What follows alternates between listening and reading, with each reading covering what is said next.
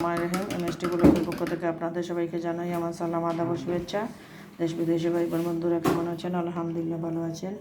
আমি আলহামদুলিল্লাহ আল্লাহ মেহরবানিতে ভালো আছি। সবাই শর্ট ভিডিওতে চলে আসুন। এই মুহূর্তে সন্ধ্যার ইফতার নিয়েছি, রমজানের ইফতার। এই মুহূর্তে এটা হলো কদু শাক।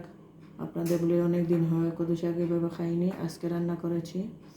আর আলু চপ আর বেগুন চপটা একসাথে রেডি করে ফেলেছি, একসাথে নিয়েছি। এখন প্লেটে লাগিয়ে ফেলবো, তাই দেখতে পাচ্ছেন আলু চপ আর বেগুন চপটা একসাথে। মালটা ও জিলাপি, কারণ জিলাপি কম পরিমাণ আনিয়েছি, মেসাদের টিফিনে দিয়ে দিয়েছি।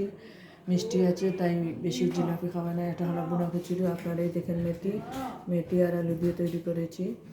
আর সাথে আছে এই ট্যাং, আপনার তুকমা দিয়ে তৈরি মজাদার ট্যাং। আজকে তরমুজের ট্যাংটা করতে পারিনি, স্বল্পতার কারণে।